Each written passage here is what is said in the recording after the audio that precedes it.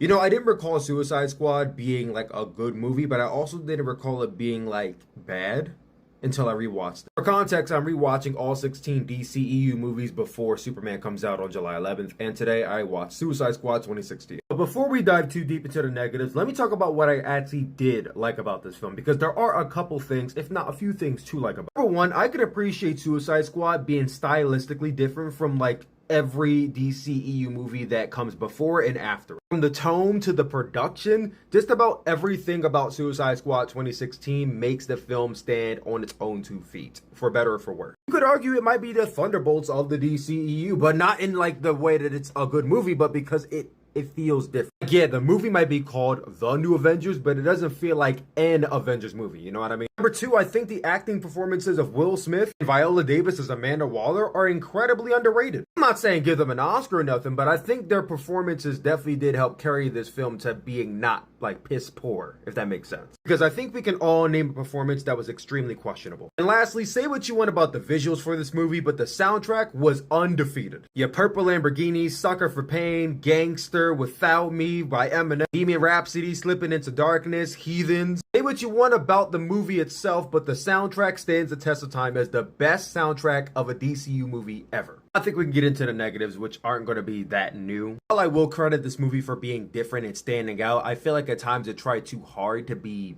edgy. I get the sense that the writers and director was trying to make every character feel like a badass, but what happened was a lot of characters felt like an over-exaggeration of their comic book self. Biggest one being the Joker. People to this day still call him the Hot Topic Joker, and I will agree with that every single time. Jared Leto tried his hardest to be creepy and just dark, but then he was also trying to be like this gangster, psychotic, ruthless clown. It just didn't work. And maybe we can have a discussion on whether this character would have worked if a different actor was at the helm, but it's not the Joker. It felt like a remedial performance of what someone thought the Joker was, and not the Joker itself. Writing for this movie also felt very basic. While I can appreciate the fun, chaotic nature that was Suicide Squad 2016, it pivoted so far away from the serious nature of the first 4 films, Batman vs. Superman, Man of Steel, Wonder Woman, that it truly felt out of place in some time. Not to mention some of the acting wasn't good. Not all the character arcs felt well represented. While the movie did try to stand alone, they tried their hardest to include Batman into this film. While his interaction with Amanda Waller and Harley Quinn were fun, it didn't really feel like it needed to be here. The marketing for Suicide Squad 2016 was an absolute slam dunk. The execution of the film was not only a failed rebound, but an absolute interception. I would give it 2.5 out of 5 stars. Absolute pity, because I had high hopes for that movie when it came out.